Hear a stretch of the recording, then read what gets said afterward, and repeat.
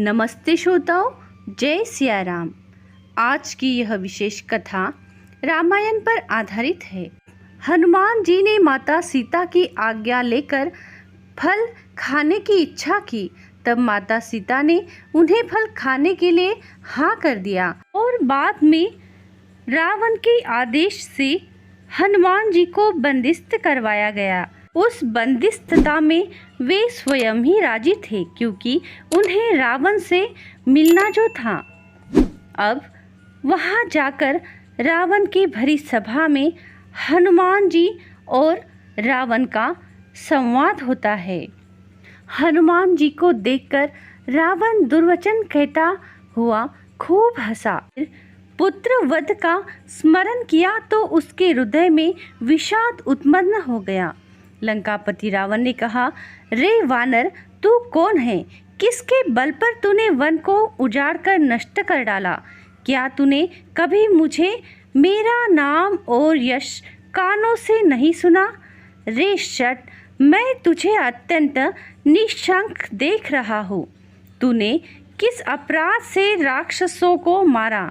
रे मूर्ख, बता, क्या तुझे प्राण जाने का भय नहीं है?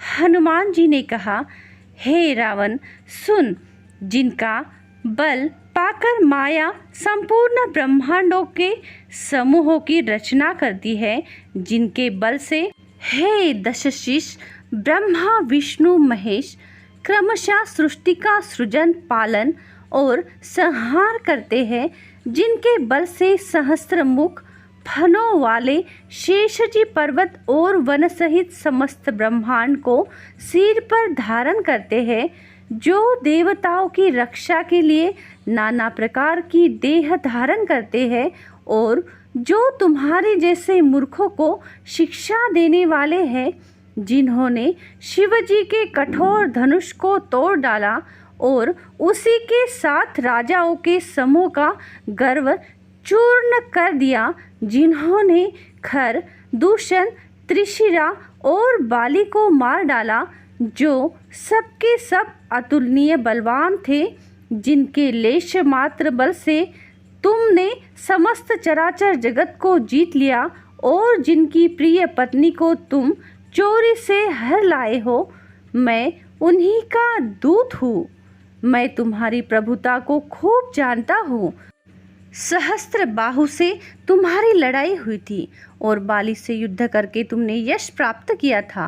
हनुमान जी के यह मार्मिक वचन सुनकर रावण ने हंसकर बात को टाल दिया। हे राक्षसों के स्वामी, मुझे भूख लगी थी, इसलिए मैंने फल खाए और वानर स्वभाव के कारण वृक्ष तोड़ दिए। हे निशाचरों के मालिक, देह सबको परम प्रिय है।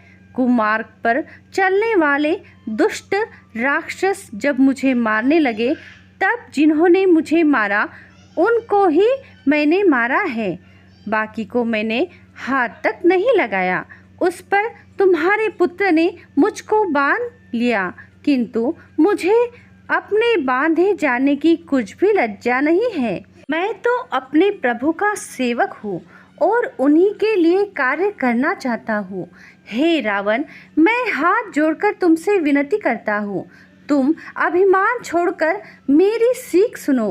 तुम अपने पवित्र कुल का विचार करके देखो और भ्रम को छोड़कर भयहारी भगवान को भजो, जो देवता, राक्षस और समस्त चराचर को खा जाता है। वह काल भी जिनके डर से अत्यंत डरता है, उनसे कदापि वैर न करो और मेरे कहने से प्रभु श्री रामचंद्र की भार्या माता जानकी को अपने हाथों से जैसे उठा लाए थे, वैसे ही स्वयं जाकर उन्हें वापस कर दो और उनकी क्षमा मांग लो। घर के शत्रु श्री रघुनाथ जी शरणागतों के रक्षक और दया के समुद्र हैं। शरण जाने पर प्रभु तुम्हारा अपराध भूलकर तुम्हें अपनी शरण में रख लेंगे। तुम श्री राम जी के चरण कमलों को हृदय में धारण करो और लंका का अचल राज्य करो। ऋषि पुलस्त्य का यश निर्मल चंद्रमा के समान है। उस चंद्रमा में तुम कलंक न बनो। राम नाम के बिना वाणी शोभा नहीं पाती। मद मोह को छोड़ विचार कर देखो। हे देवताओं के शत्रु, सब गहनों से सजी हुई सुंदरी स्त्री भी कपड़ों के बिना शोभा नहीं पाती। राम विमुख पुरुष की संपत्ति और प्रभुता रही हुई भी चली जाती है और उसका पाना न पाने के समान है। जिन नदियों के मूल में कोई जलस्रोत नहीं है, अर्थात जिन्हें केवल बरसात ही आसरा है, वे वर्षा बीत जाने पर भी तुरंत ही सूख जाती है। हे रावण, सुनो, मैं प्रतिज्ञा करके कहता हूँ कि राम विमुख की रक्षा करने वाला कोई भी नहीं है। हजारों शंकर, विष्णु और ब्रह्मा भी श्री राम जी के साथ द्रोह करने वाले तुमको नहीं बचा सकते।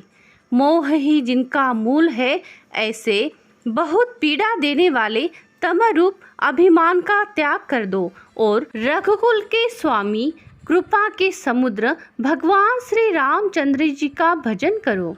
यद्यपि हनुमान जी ने भक्ति, ज्ञान, वैराग्य और नीति से सनी हुई बहुत ही हित की वाणी कही, तो भी वह महान अभिमानी रावण बहुत ही हंसकर व्यंग से बोला कि हमें यह बंदर बड़ा ज्ञानी गुरु मिला है। रे दुष्ट, तेरी मृत्यु निकट आ गई है। अधम मुझे शिक्षा देने चला है। हनुमान जी ने कहा, इससे उल्टा ही होगा, अर्थात मृत्यु तेरे निकट आई है, मेरी नहीं। यह तेरा मतिभ्रम है, बुद्धि का फेर है। मैंने यह प्रत्यक्ष देखकर जान लिया है और मुझे विश्वास भी पूरा हो गया है। हनुमान जी के वचन सुनकर वह बहुत ही कुपित हो गया और बोला, अरे इस मूर्ख का प्राण शीघ्र ही क्यों नहीं हर लेते। सुनते ही राक्षस उन्हें मारने दौड़े। उसी समय मंत्रियों के साथ विभीषण जी भी वहां आ पहुँचे। उन्होंने सिर नवाकर और बहुत विनय करके रावण से कहा कि दूत को मारना शोभा नहीं देता, यह नीति के विरुद्ध है। हे गोसाई, कोई दूसरा दंड दिया जाए। सबने कहा, भाई यह सलाह उत्तम है। यह सुनते ही रावण हंसकर बोला, अच्छा, तो बंदर को अपनी पूंछ बहुत प्यारी होती है, तो पूंछ को आग लगा दो। अपनी पूंछ को जला देकर भयभीत होकर वह अपने राम के पास वापस चला जाएगा। तो श्रोताओं, यह था हनुमान जी और रावण का संवाद।